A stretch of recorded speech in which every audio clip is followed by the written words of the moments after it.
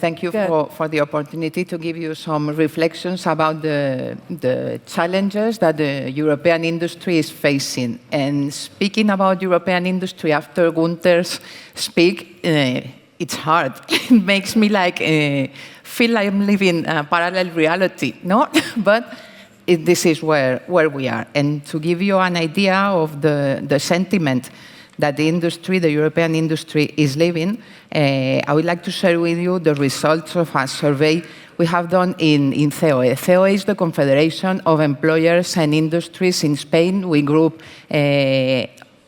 practically all the private sector companies, big, small, all sectors and all regions.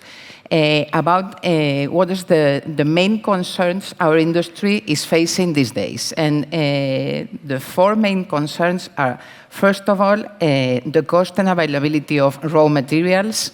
Second, the prices, the energy prices. Third, the competitiveness. And fourth, the regulation. In a context that we are going out the crisis of the pandemic, and that this has triggered an intense debate in Europe around the importance of having a strategic industry, of having strategic reserves, of developing new concepts like the industry ecosystems that were not at all normal in the European industry, trade issues and disruptions in the supply chains. The second, the rise in energy prices. As you know, we are living hard times derived from the war in Ukraine concerning the gas price and the impact that this peak in gas price is having in electricity prices that is impacting a lot the energy-intensive industries.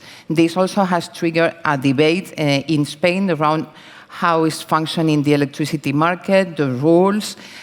Do we need support mechanisms for the intensive energy and gas industries, and the need, as Rosa was saying, of increase our energy independence. And the truth is that, like the 23% responded in the question before, is that the answer of the European institutions to all these crises is always more sustainability, more climate action, accelerate the ecological transition. We have a clear growth roadmap. The President of the EU Commission defined our Green Deal as the moment man in the moon, to give an idea of the magnitude of the challenge we are facing. What for? To become, for Europe, to become the first region in the world carbon neutral by 2050. And this means increasing our reductions in emissions to a 55% in 2030, compared to 1990 levels. In Europe, we have reduced our emissions in the year 2020. We had reduced 34% of our emissions compared to 1990.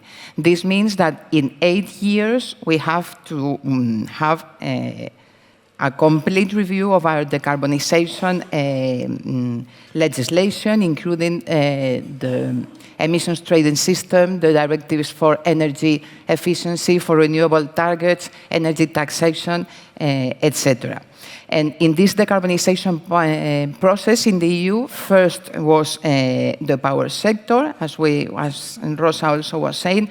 In Spain, since 2005, the electricity sector has reduced their emissions more than 60%.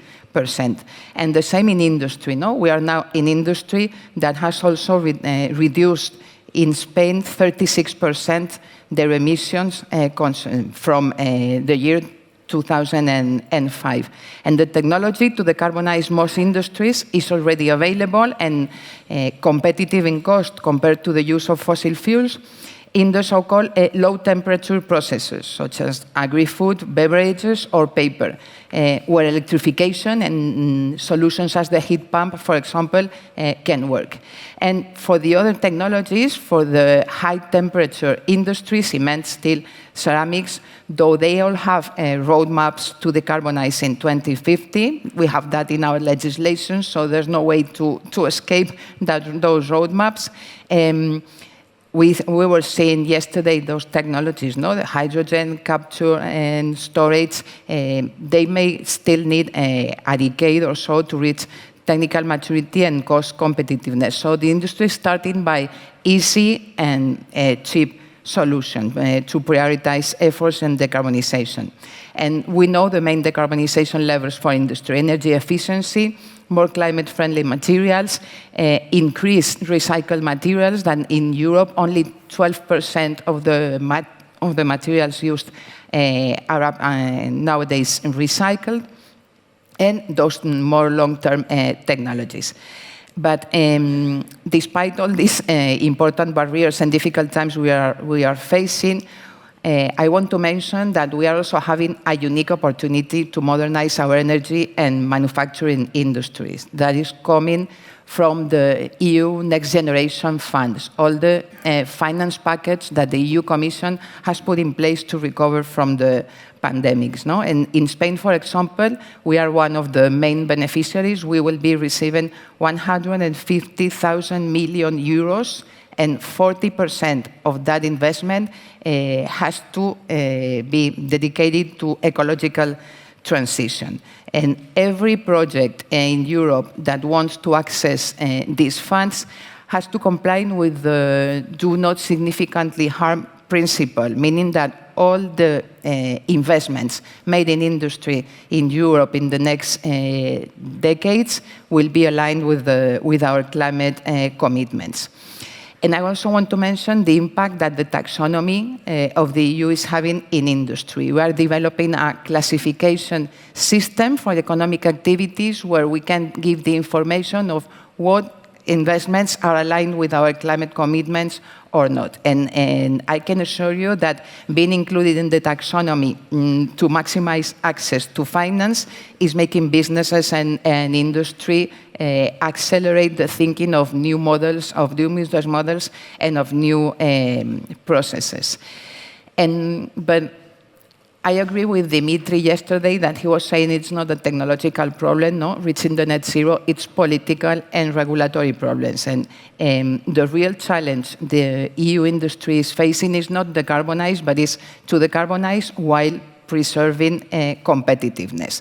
And here we are talking about not destroying high-quality jobs in our industry or not damaging the innovation that comes primarily from industry and is what we need to reach the net zero. And we are calling for clear and concrete signals for industry, stability and certainty that we are not having these days around, for example, the impact of electricity prices in our industry, and a level playing field. And we are developing, for example, in Europe, mechanisms like the so-called carbon border adjustment mechanism to level the playing field with our competitors outside the EU that are not bearing the environmental costs that our industry is bearing.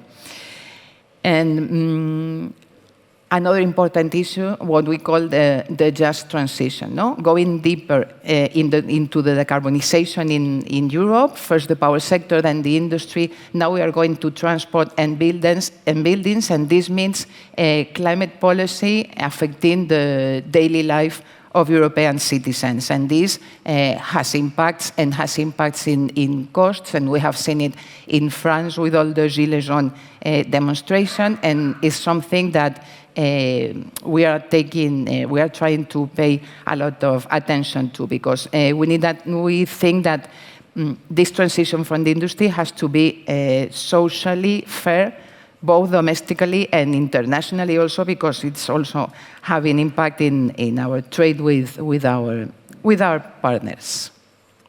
Cristina, thank you so much. That was fascinating. And this issue of fairness